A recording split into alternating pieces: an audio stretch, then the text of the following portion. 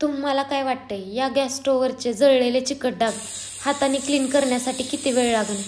साधारण अर्धा ते पाऊण तास. पण तेच चिकट डाग आज मी तुम्हाला फक्त आणि फक्त 5 मिनिटांमध्ये क्लीन करून दाखवणार आहे.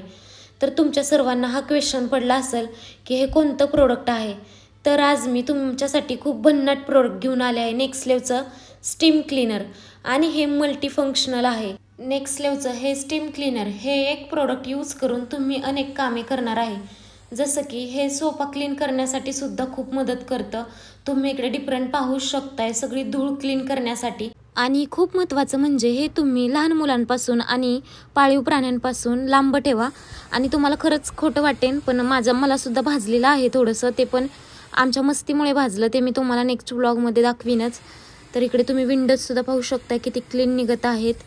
आणि फक्त विंडोज नाही तर घरातील मिरर किंवा टिपॉय फ्रेम वगैरे ह्या सगळ्या गोष्टी तुम्ही या प्रोडक्टने क्लीन करू शकताय.